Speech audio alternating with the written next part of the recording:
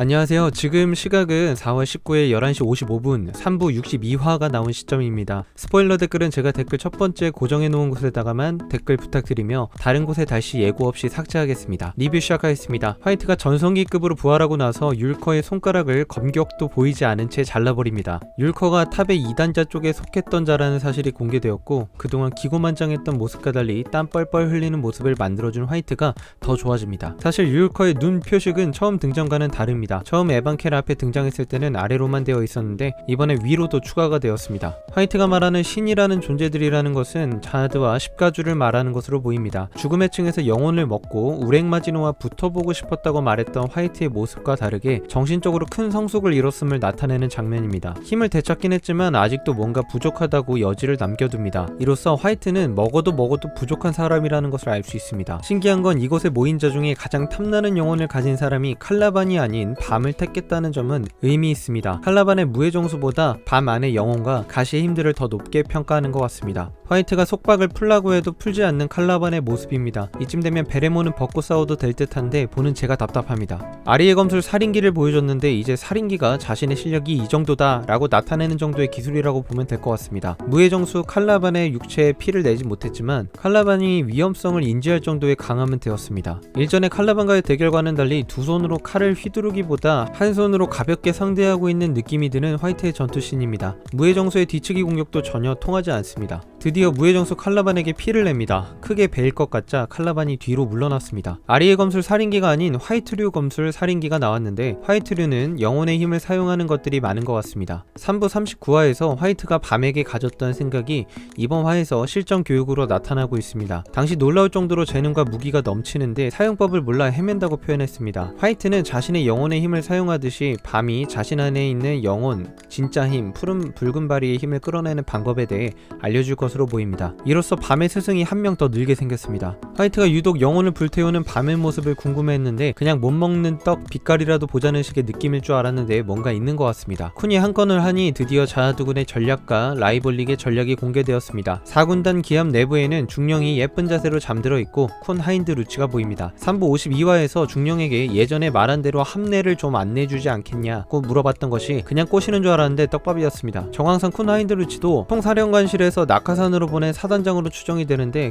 그렇다면 엔진을 폭발시키고 자신만 빠져나올 것이냐 아니면 통수에 통수를 쳐서 하인드가 사실은 이중 스파인 것으로 밝혀질 것이냐인데 너무 행복회로를 돌리고 있죠. 제가 보기엔 이 신수 폭발 엔진이 1차 방벽에서 터져서 모두를 죽게 하는 경우는 당연히 일어나지 않을 거라고 봅니다. 이젠 무슨 꼼수를 부려도 우리에겐 코크니가 있으니까 라고 자신있게 얘기할 수 있게 된지라 추가 병력도 공개가 되었습니다. 새로운 4군단 멤버들 4명인데 더 강하다고 말하는 것을 보면 적어도 2~3명은 하이랭크로 보입니다. 총사령관 직속에서 라이벌릭과 같이 일했던 부하들로 생각할 수 있습니다. 작전을 따르는 한해 자아드의 명으로 팔에 봉인을 풀 수 있다는 것은 자아드도 총사령관도 이 작전을 알고 있고 승인했다고 볼 수 있습니다. 2차 방벽 쪽에 있는 랭커들을 붙잡아 놓기만 하면 되는 것으로 보아 방벽 쪽 랭커를 제외한 야마 쪽 사람들은 폭발하면 모두 죽을 것으로 보입니다. 명령이니 군인으로서 따르지만 실패할 경우 지휘관으로서 목숨을 걸라는 칼라반의 결의가 멋있었습니다. 속박을 풀자 도원의 모습도 비춰지는데 이로써 칼라반이 화이트에게 죽지는 않을 것 같다는 생각이 다시 들어버렸습니다. 현재 도원이 밤이 죽을 위기에 처하자 구해주는 액션을 했지만 그렇다고 칼라반이 죽을 때도 손 놓고 있을 사람은 아닌 걸로 보입니다. 멍 때리고 구경하는 하이랭커 차가 도원을 설득하든 뭘 하든 빨리 해야 할 듯 싶습니다. 칼라반의 도발을 받아들이는 라이볼릭의 모습도 광기 있게 느껴졌습니다. 이 말로써 칼라반이 군단을 배신하게 되는 그림도 살짝 기대해 볼 수 있게 되었습니다. 역시나 화이트가 새로운 칼을 뽑습니다. 이번엔 가장 단단한 검이네요. 컬리넌입니다. 컬리넌에 대한 일화를 말하자면 1905년 남아공 프리미어 광산의 감독자로 일하던 웰스는 광산을 순찰하던 중 반짝이는 물체를 발견했는데 처음엔 유리덩어리라 생각했지만 실험실에서 살펴보니 지금까지 지구상에서 발견된 적이 없는 가장 크고 품질까지 우수한 다이아몬드의 원석이었다고 합니다. 캐럿도 3106.75 캐럿으로 엄청 컸다고 하며 이 다이아몬드는 광산의 설립자이자 소유자인 토머스 컬리넌의 이름을 따 컬리넌이라고 명명했다고 합니다. 컬리넌이 너무 큰 돌이라 한 달을 고민한 끝에 컬리넌을 조각내기로 했는데 조각내려 하자 클리버 날이 날아가는 등 굉장히 단단했다고 합니다. 단단하다는 특징을 말하는 걸 보니 아마도 이 컬리넌의 이름을 차용한 게 아닐까 생각합니다. 예전에 뽑았었던 가장 빠르고 날카로운 검인 스피넬도 보석 종류 중 하나입니다. 영국 제국 왕관의 중앙을 장식하고 있는 흑태자 루비로 알려진 빨간색 보석이 스피넬입니다. 인간 수집가 칼라반의 과거가 나옵니다. 고 엘파시온의 모습이 나옵니다. 칼라반이 인간 수집가라는 무서운 별명이 있었지만 수집된 인간들이 칼라반을 상당히 상당히 잘 따른다는 점에 있어서 약간의 반전 매력이었습니다. 어차피 다 죽을 거 엘파시온이 참 명예로운 죽음을 했다는 생각도 들었습니다. 저번 리뷰 때 칼라반이 물러나는 그림을 예상했었지만 이번 결의를 보니 작전이 실행되기 전까지 최선을 다해 싸울 것으로 보이고, 물러난다고 해도 작전이 실패된 이후에 마음을 돌릴 것으로 보입니다. 칼라반이 화이트에게 죽는 것은 아직 이르다고 생각합니다. 화이트가 칼라반을 이기는 순간 화이트가 하진성보다 강하다는 우열이 간접적으로 나타나 버리므로 파워 밸런스가 휘청휘청할 것으로 생각됩니다. 다음은 예측입니다. 화이트가 양손이 개방된 칼라반과 호각의 전투를 펼칠 것으로 보입니다.